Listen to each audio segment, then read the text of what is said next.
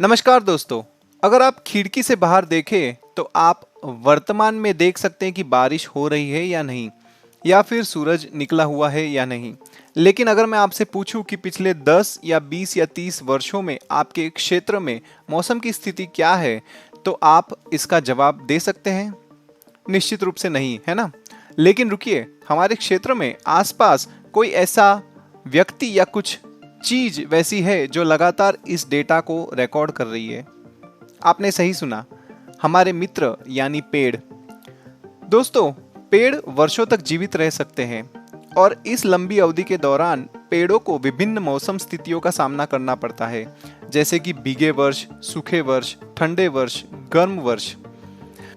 अगर आपने कभी एक पेड़ का टुकड़ा देखा है तो आपने जरूर नोटिस किया होगा कि पेड़ के कटे हुए किनारे के अंदर कई रेखाएं या लाइंस होती है। और दोस्तों, चौंकाने वाली बात यह है कि ये लाइंस हमें बता सकती है कि उस पेड़ की असली उम्र क्या है और पेड़ प्रत्येक वर्ष के दौरान मौसम कैसा था।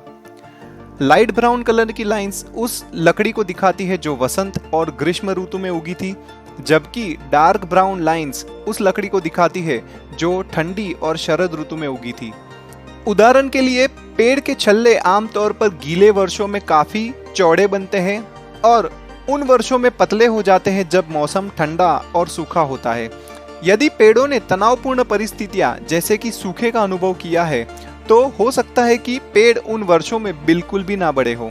लेकिन इन सभी कठिनाइयों के बावजूद एक पेड़ कभी भी बढ़ना बंद नहीं करता और इन सभी अलग अलग मौसम स्थितियों के कारण हम एक पेड़ के अंदर सुंदर बहुरंगी रेखाएं यानी कि लाइंस बनते हुए देखते हैं।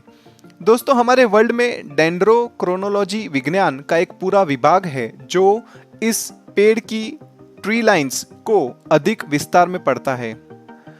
दोस्तों, इसी तरह जीवन कभी भी सीधा नहीं चल सकता, इसमें हमेशा उतार चढ़ाव आते ही रहते हैं। कभी कभी उतार चढ़ाव इतने कठिन और कठोर होते हैं कि हमारे पास आगे बढ़ने या कुछ नया करने का कोई मकसद ही नहीं बचता। और यह बिल्कुल ठीक है, क्योंकि सूखे के वर्षों में पेड़ भी नहीं बढ़ते।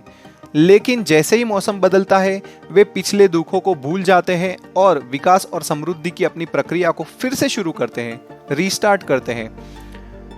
दोस्तों, मुझे पता है कि कभी कभी इन कठिन यादों को मिटाना और नई शुरुआत करना वास्तव में कठिन होता है, लेकिन और कोई रास्ता ही नहीं है। इस दुनिया में कोई भी इस बाबत में आपकी मदद नहीं कर सकता।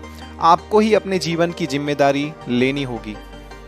हमारी प्रकृति में इतना सारा डेटा और सकारात्मक ऊर्जा है जो हमें आसानी से अच्छा महसूस करा सकता है।